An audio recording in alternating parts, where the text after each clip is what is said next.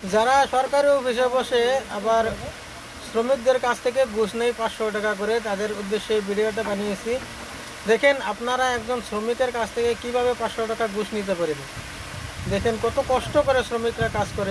আপনারা এই ভিডিওতে দেখতে পাচ্ছেন কত কষ্ট করে শ্রমিকরা এত রোদে 35 টেম্পারেচার রোদে দেখেন কেমনভাবে উপরে ওঠে ওরা কাজ করছে। আর ওরা 500 টাকার জন্য কিন্তু সারাটা দিন এমনভাবে কষ্ট করতে হয়। আর ওই 500 টাকাটা আপনারা খুব সহজেই নিয়ে নিন ওদের কাছ থেকে ছিনিয়ে। আর আপনি কি জানেন আপনার 500 টাকা নেওয়ার জন্য ওই ব্যক্তিটা হয়তো বউ বাচ্চা নিয়ে একদিন না খেয়ে থাকতে হয়, বা ওকে শুকনো মরিচ দিয়ে লঙ্কা দিয়ে খেতে হয় একদিন।